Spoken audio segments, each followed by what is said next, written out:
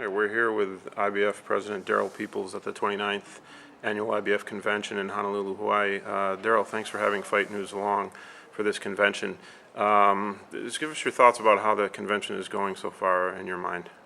So far, it's going extremely well.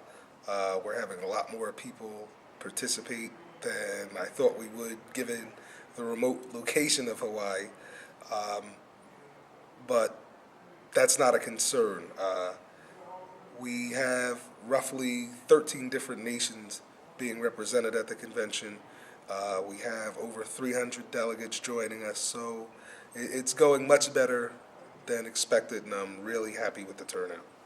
Now, you mentioned location. The location of Hawaii was strategic when it was mentioned last year and proposed, due that it's kind of a halfway point between the United States and Asia, and there's an interest in obviously recapturing some of the market, if you will, the Asian market, where the IBF, when it was first formed nearly 30 years ago, had quite a strong share. And there's been a turnout with representatives from Japan and a former champion from Korea in Chungpal Park. That has to be satisfying for you so far. It's very satisfying. We also have members from the Korean Boxing Commission that came with Mr. Park, representatives from the Philippines, Australia, and New Zealand. Outside of our officials in those areas, we have members of the boxing commissions from those areas that have come. It was a real pleasure to have John Powell Park come. It was good to pay tribute to one of the people who was one of our first champions in Asia, and it's very encouraging to see all of those people from Asia here. We've had great support from the Hawaiian Commission. Of course, they have relationships with some of these people, but due to location. But we're looking to reestablish ourselves in the Asian boxing community, and I'm encouraged by the attendance of all of these people. So that's what I was going to ask. Do you feel with the attendance this year that kind of paints a good picture for the future, and that the inroads will go a little deeper as time goes by? I think so. If the enthusiasm stays high as it is now, especially amongst some of the commissions that have attended, I think we're on our way back to being a major player in Asian boxing. Mm-hmm.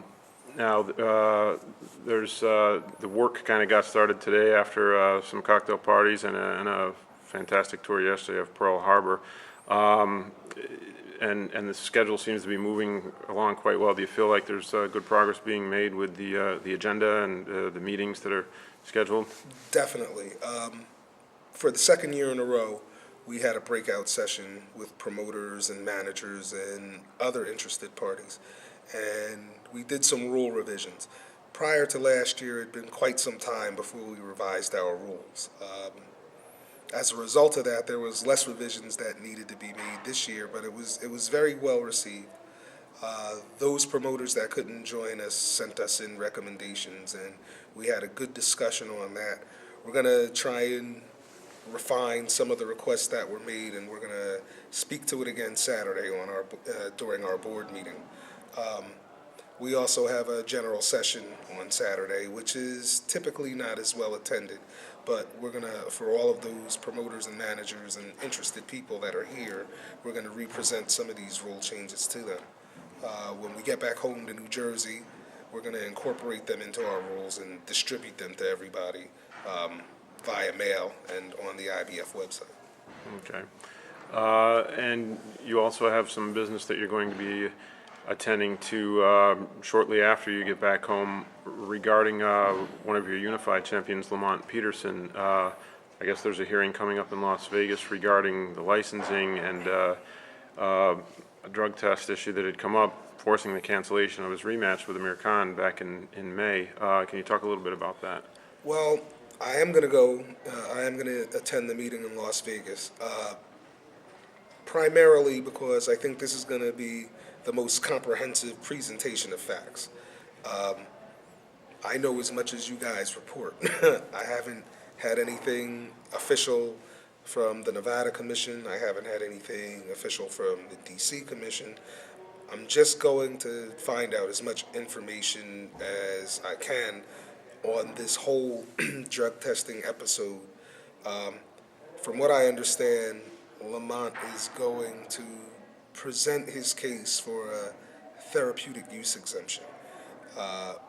But again, that's what I read, so I'm just going to go and see as much as I can find. Then I'll report back to my board, and I'll try and get some information from the DC Commission, because we're finding information that there could have possibly been some use issues during that fight.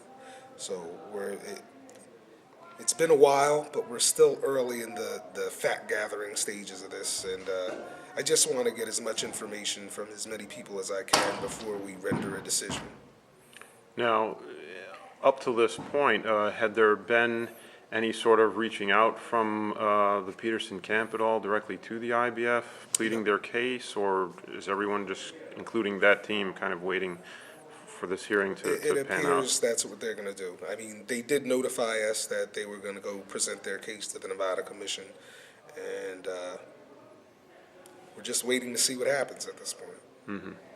And of course, I think there had been a meeting or something arranged from the con team at first, and then that kind of got canceled at the last minute, and nothing really happened with that from their end. Yeah, that was, I mean, surrounding some perceived improprieties from the first fight, scoring, the referee, the man in the black hat. That was canceled actually the night before we planned to have the hearing. But the use of performance-enhancing drugs wasn't an issue at that point. I still don't, well, they just chose not to proceed with the hearing, so. So it was it was Team It was Con's short. decision to, It was their decision. We were ready to go. We had our panel all in place. We distributed materials for both sides to read. But they decided that they didn't want to go forward, so we sent everyone home, and we are where we are today. now we're, still have about a day and a half left. Tomorrow's agenda, I know the end of the evening is the closing banquet. What else is there to look forward to as far as tomorrow and then Saturday before everything wraps up? Tomorrow is going to be the training for the officials. We have Jack Reese from California and Bobby Berg from Nevada. They were our presenters last year, and they have a fantastic program that would probably be informative to judges and referees as well. I mean, the primary focus is going to be on referees, but they just talk about a lot of things that happen around the ringside that would be informative. We also have Dwayne Ford from Nevada, who's an instructor for the ABC. Although ABC certification isn't mandatory, it's good to have, especially for our international audience. We like these officials, the judges more so than the referees, to be more or less trained in the ABC philosophy in case they get a chance to work in one of the United States commissions. They'll kind of be on the same page, and I mean, especially in judging, consistency is very important. So Dwayne's gonna present the ABC program, and for those who want to be certified, they can actually take the test at the end, and I think should they pass and receive their certification, it lasts for 3 years. So we're happy to have that happen. In closing, just wondered if you had some thoughts to the fact that general boxing fans and readers of Fight News will hopefully click on the link to this interview, listen to what you have to say, and maybe learn a little bit about the goings-on and the inner workings of the organizations outside of just kind of watching the guys boxing on television and tuning in. I had talked to Colonel Bob Sheridan on numerous occasions, and he is one of the TV commentators that's actually in support of the organizations, and his his strongest feeling is that a lot of the TV pundits and commentators who trash the organizations are always free to come to these things to see the kind of work that goes on with the officials, the ratings, all that, but they don't come. And he's actually a supporter and kind of wants them to put their money where their mouth is. What would you like to say to, you know, the average fan or the folks that tune into the fights on TV and might actually pick up this article, that what happens with these conventions and the inner workings with the organizations? Well, first, the Colonel is a good friend of boxing, not just the IBF. And what he says is 100% true. There are a lot of people in the media who they perceive problems because they're unaware of the rules. They perceive, I mean, listen, I tell these guys every time, meeting our officials, you have to keep your skills sharp. It's your responsibility to make sure that you know what you're doing, know the rules, and be able to work effectively. I just think that some of these media people if they had an opportunity to see how the officials are trained and what the expectations and the rules of the organizations are, perhaps they might be a little less critical.